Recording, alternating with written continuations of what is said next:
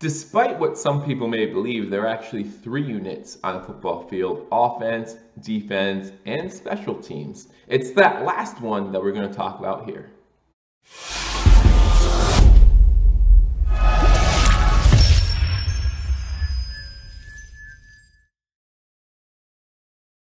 Ladies and gentlemen, welcome to Believers Talk. My name is Joe. Welcome to the last installment of Buffalo Bills grades for the first quarter mark, where we talk about the Buffalo Bills grades for the first 4 games through the 2020 NFL season. Again, thank you for joining me. My name is Joe. If you're new to this channel, guys, please be sure to hit that subscribe button as we constantly keep you up to date on all Buffalo Bills news. And we also go live for every single Buffalo Bills game, giving you live play-by-play and reaction. So make sure you join me this Tuesday if there is a game, and I'll be giving you live play-by-play and reaction. Join the conversation as Bills Mafia goes nuts and we watch as the Buffalo Bills hopefully go 5-0. Again, thank you so much for joining me on this edition of Believers Talk. If you join me for the first 2 episodes we posted earlier today, we graded the Buffalo Bills offense through the first 4 weeks. Was happy to have Clayton from the Cold Front Report join me for that. We graded the defense. Happy to have Jeremy from Beware the Stampede join me for that. And now we're going to talk about this special teams unit. Tyler Bass, Corey Bojorquez, talk about Andre Roberts. So many great pieces on this special teams. So we're going to break it down and we're going to give them a grade. And I have a very special guest to that as well. So as we get into this episode, again, like I said, if you haven't hit that thumbs up button, hit that thumbs up button and leave a comment. If you agree with Greg from Cover One, let me know. If you disagree, let me know why. And I'm happy to be joined by Greg Tompsett from Cover One. Greg, how are you doing today? Not too bad, man. Excited to be able to talk Buffalo Bills football. Yeah, absolutely. Always a good time talking about Buffalo Bills football. And I wanted to bring you on here specifically to talk special teams. I want to talk about the 3 separate units, how they're doing so far after 4 weeks. We know how teams like to break things down into quarters. First 4 games in the books, Bills 4-0. So I want to talk about special teams and get your grade for our special teams at the end of the show. You ready for this? I'm ready. Let's dive right in. Awesome. So first I want to talk about, and I think this is a huge topic conversation right now due to the fact that he missed an extra point on Sunday against the Las Vegas Raiders. Tyler Bass, what are your initial reactions to Tyler Bass, and what do you make of the noise that people are making about him missing this extra point? So it's hard because you need to be even-handed about this. I'm never going to come on and say that, hey, don't worry, it's okay to miss kicks. It's not. It can cost you games. It's never acceptable to miss kicks in the NFL. We need a guy that we can depend on to make every single kick. However, there's also a piece of it that you acknowledge when you're going into things like this, that, hey, when you're bringing in a rookie kicker, there's a level of expectation. And before we started the show, we were talking about guys. I know you did some research here as well, but Sebastian Janikowski was a 50% kicker in his rookie year. That turned out just fine. Yeah. There's a lot of guys that we simply need to be prepared that he's going to be able to bring these things forward. Our friend on the show, Anthony Romeo, on one of the newest members of Cover One, went on a rant that we don't have a kicker problem, we have a holder problem, and that Corey Bojorquez has showed Tyler Bass the laces twice on 2 of his misses, and that I think that we need to take some of that with a grain of salt and be prepared that I think he still has a ton of potential and plenty of reason for us to be excited. And I'm still excited about his future with the Buffalo Bills. Yeah, absolutely. And you think about his field goals, he's 4 for 6. And the only 2 field goals he missed were those first 2. And I remember and the one wasn't a miss. Right. And that's why, I want to talk about that. I was doing the live stream, and at the time I saw the game, I was like, he didn't miss that. And so then going into that second kick, and I want you to talk about this for a second. What would your confidence level be knowing that you just kicked your first NFL kick, your dream, your lifelong dream, or your dream since high school is happening, your first kick? It was good and they ruled it no good. How much do you think that affected his confidence and then affected that second kick? Honestly, I think it's impossible to think that it had no impact or that it wasn't, in his head to be able to do that. And I actually thought the way that he bounced back and made all the kicks after that, the extra points, all the other kicks, obviously, again, it's not acceptable that he missed the extra point here the other day. But the fact that, he's 15 of 16, he's 4 of 6 in field goals. When you're 19 of 21, you're 19 of 22, that's still pretty good. You know, I mean, it's not like some huge hemorrhaging issue. And we haven't even got to see him unleash it from deep because he's put several of his kickoffs into the stands when he's put it out literally beyond out of the back of the end zone and kicked it into the seats. So I know he's got that cannon of a leg. I'm excited that when he gets a chance to put a 57-yarder or something out like that up there, I'm excited to see him unleash that. Yeah, and that we have two more things I want to discuss here with Tyler Bass. One is the kickoffs that you just brought up. So some fans, and I'm sure you're hearing this too on your channel as well, are worried about the fact that he's not getting all the kicks into the end zone. But I think that's more of coaching strategy, and I wasn't sure if you felt the same way or if you're worried about that as well. So, you know, I think that it's something where we just need to be patient. We need to be patient and just see what's coming here. I still have full confidence. Yeah. Yeah. And then the last thing I wanted to get into, and you kind of talked about that a little bit as well, is kind of like the future moving forward. What can we expect to see from Tyler Bass? And like, let's be honest, and I talk about this a little bit on my channel as well. When we talk about the difference between Stephen Hauschka and Tyler Bass, you know, going into that playoff game, perfect example against Houston, that last drive, we needed to get 45 yards. Now with Tyler Bass, not as many yards are needed. Yeah. No, it's great. I think it's going to be a weapon. It's interesting. And I think that maybe we all came into the year thinking it was going to be a bigger deal than what it was, because for most of our adult lives, scoring points has been difficult. So getting to the point where now we're like, oh, well, I don't really care how good our field goal kicker is. We're just going to score another touchdown. It's totally fine. It's a weird feeling for me. I don't have my head fully around it yet, that I'm used to the fact that, oh, that's fine. We just score 30 points every week. This is just what we do now. So I think there are going to be times where that's much more critical, and where having that extra 10 to 15 yards is going to make the difference in a game here. We just haven't seen it yet. Yeah, I mean, you look at 15 of 16 extra points, and I just ask, when was the last time we had 16 extra point attempts through 4 weeks of the season? Yeah, when's the last time we scored 16 touchdowns? That quickly. It's crazy. So yeah, and listen to everyone watching this right now. I truly believe, and you know, Greg talked about this, about the growing pains of a rookie kicker. Tyler Bass might cost us a game this season. Let's be honest about it. He might cost us a game, maybe 2 games this season, and that's part of the growing pains. And that's just something I've been trying to say to everyone out there who's saying, hey, Tyler Bass isn't looking good or whatever. Like, no, he's looking fine. I completely agree with Greg there. So the next thing I wanted to get into, and you brought him up a little bit for his holding capabilities of the ball. Everyone knows I just like his punting capabilities of the ball. Let's talk about Corey Horiguez Bojo for a little bit. What are your impressions? This is what, his 3rd year with Buffalo? It is. I have not liked him a single time. So talk to me about Corey for a little bit. What are your thoughts?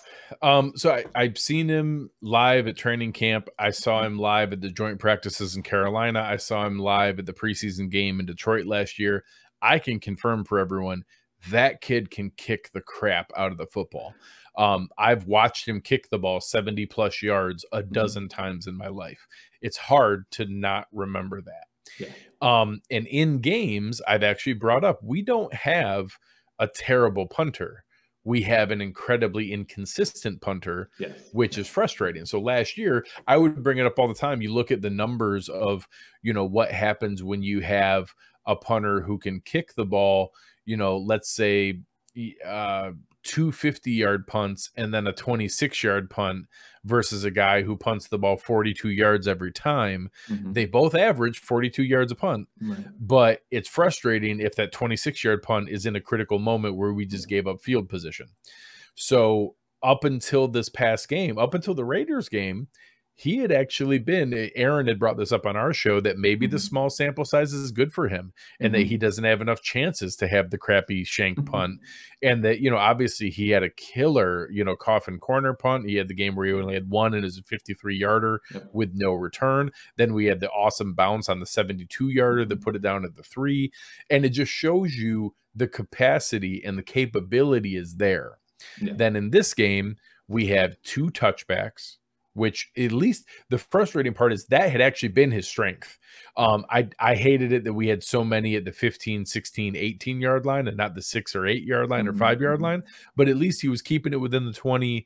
He had good hang time. We weren't giving up a lot of returns. We weren't giving up anything, by having him there. He wasn't giving up these short line drive kicks. It was just that we weren't getting maximum coffin corner stuff. Well, this game we got neither. He put 2 into the end zone as touchbacks, and the one that he didn't was a 51-yard line drive that the guy had an awesome return, and thank God they had a penalty that negated it.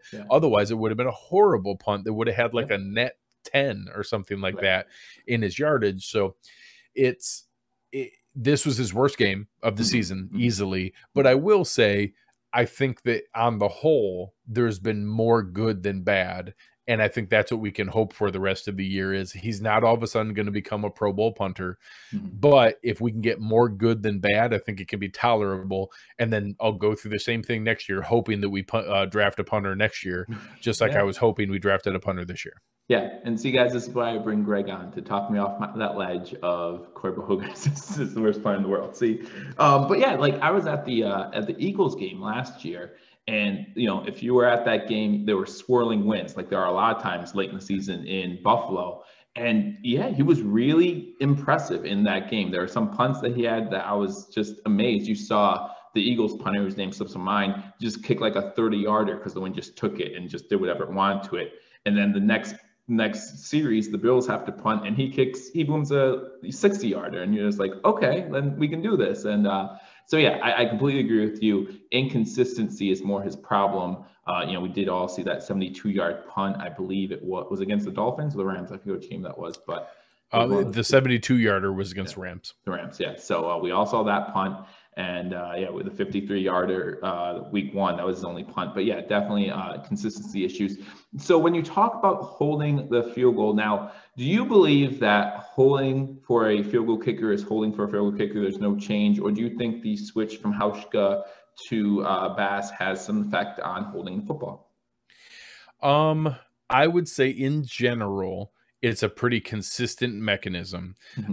There are some nuances where a kicker prefers a certain amount of tilt or lean that they want to see in the ball.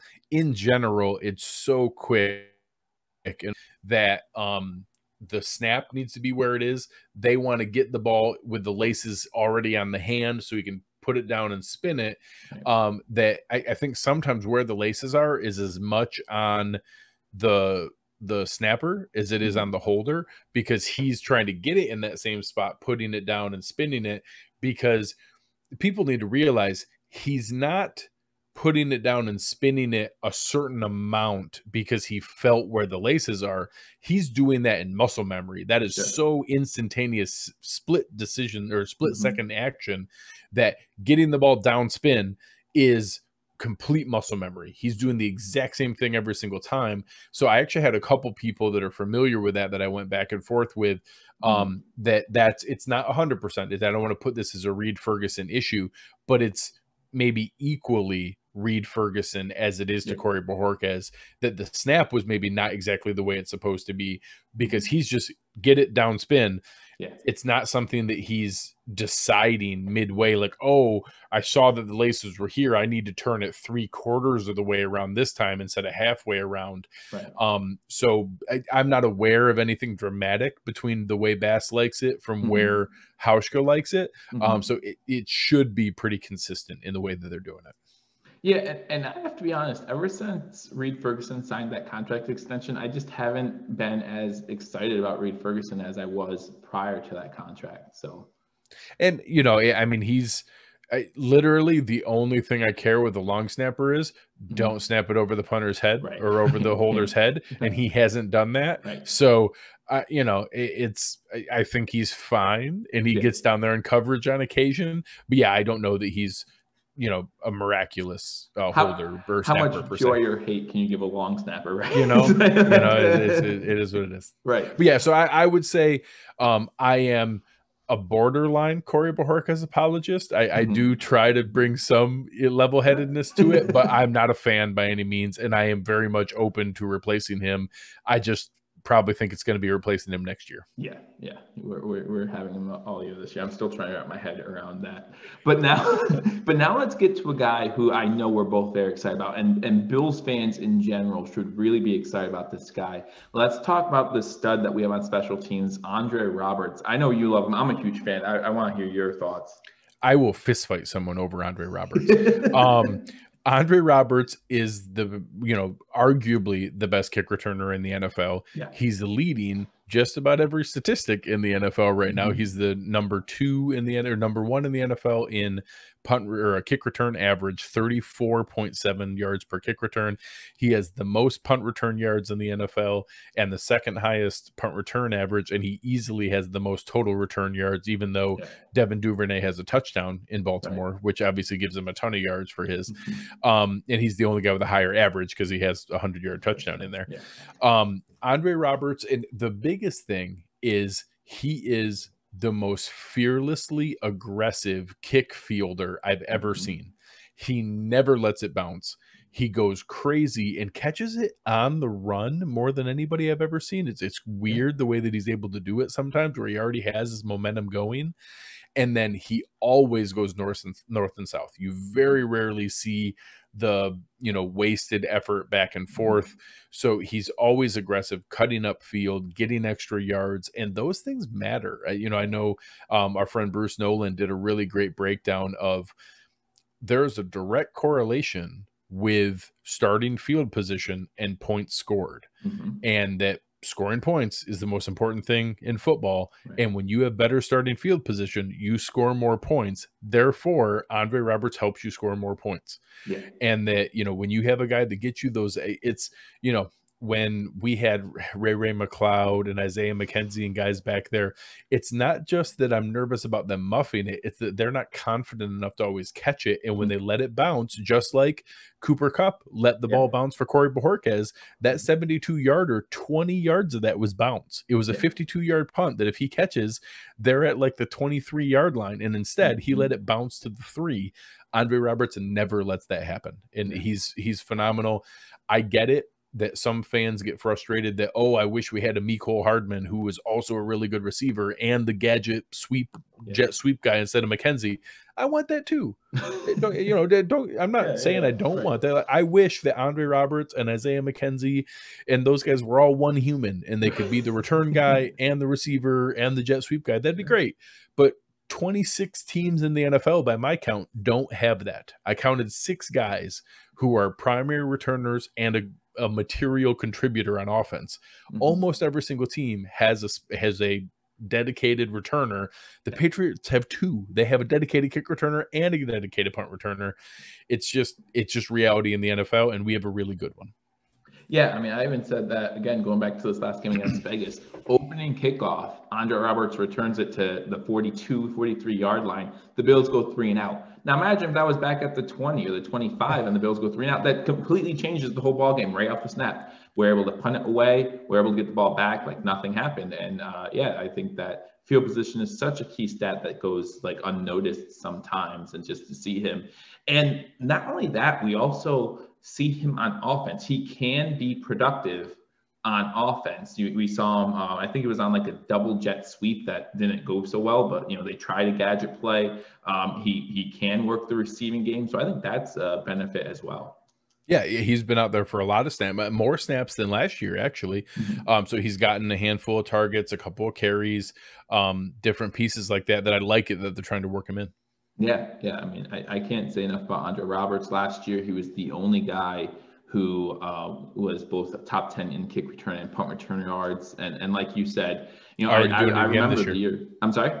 And he's already doing it again this year. Yeah, he's going to be a Pro Bowler again this year.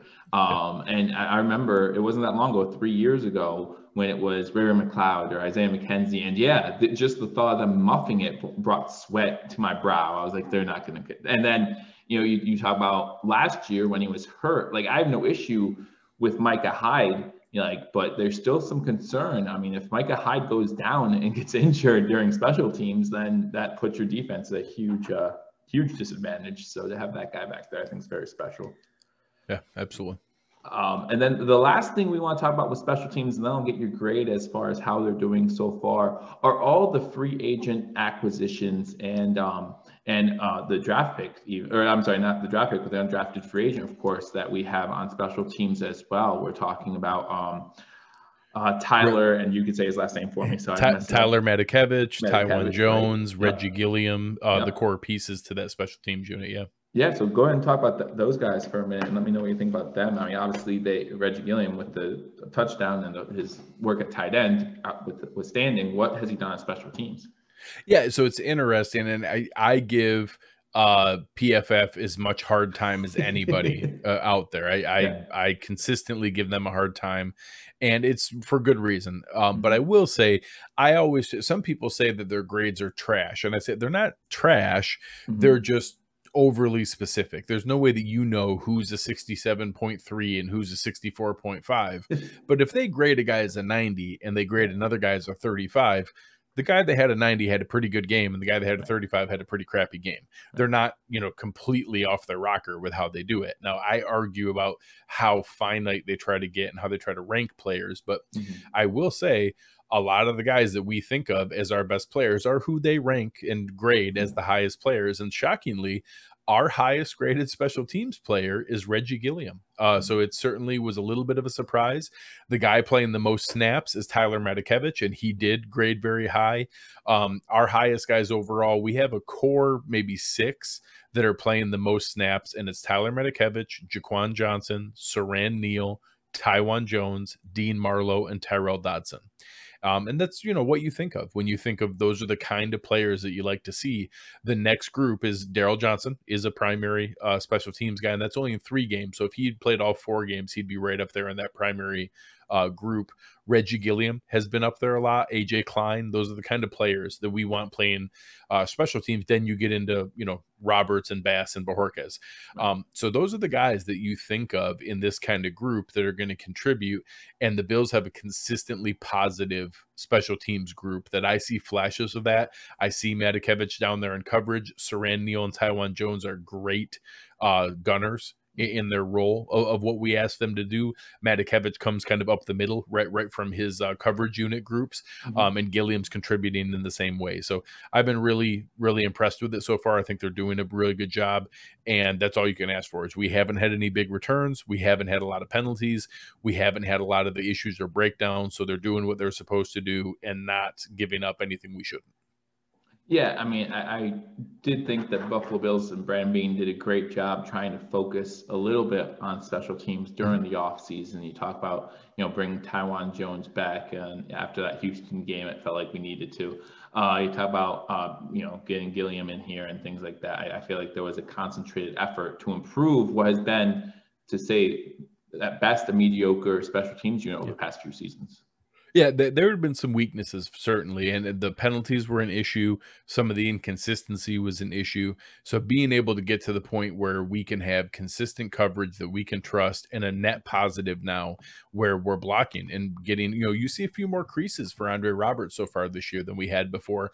That's having the right guys on the team and being able to get them out there. So I'm excited about it. I'm excited that we have some younger pieces there, Jaquan Johnson and Tyrell Dodson and Reggie Gilliam, I think, are going to be parts of this team for a long time. We have Tyler Matakevich under contract for this year and next year. Those are all pieces that I'm excited about going forward. Absolutely. So we talked here about special teams. I hope everyone watching has found this very interesting. I have, and guys, if you're not following Cover One, be sure to follow them. Their information is in the description below. Greg, you always do a great job. Always enjoy having you on the show. But what would you grade our special teams unit as a whole in the first 4 weeks? So as a whole, I would say probably a B minus. Mm-hmm. So I think Roberts is a positive. Mm-hmm. I think Bajorquez is a negative. I think that Bass will be a positive, but isn't Mm-hmm. quite there yet. I think that our return or our coverage units have been a net positive. So I think Roberts has done the best. I think our return units are a solid B. I think Roberts might be a B plus. Mm-hmm. I think that Bass is probably a C plus, and then I think that Bajorquez is probably a C minus, and that altogether I'd give it like a B minus so Mm-hmm. far. And that I think there's potential to do better because I think we'll see more out of Bajorquez, or sorry, more out of Bass, and then we'll Mm-hmm. just hope that we can score so much that we don't care about Bajorquez. Yeah, exactly. If we can hold them to that one punt a game, Yeah, that would one just be punt a game is a great plan. great. I tweeted and joked about halfway through the Raiders game, he hadn't punted yet, Yeah. and I put out a tweet and I said, "I can't lie, folks. I love the way that Brian Daboll is using Corey Bojorquez this year." And it was, at that point, I think like 3.5 games in, he had punted like 4 times total, and that's my kind of punter. Yeah, absolutely. Again, thank you for joining me on this episode. And again, guys, if you're watching this, I did the offense and defense breakdown again as well with some other friendly faces from Bills Mafia. So make sure you check them out. Again, in the description below. Check out Cover One. Again, Greg, you do a great job. Thank you again for joining me. Appreciate it, man. Yep. Take care.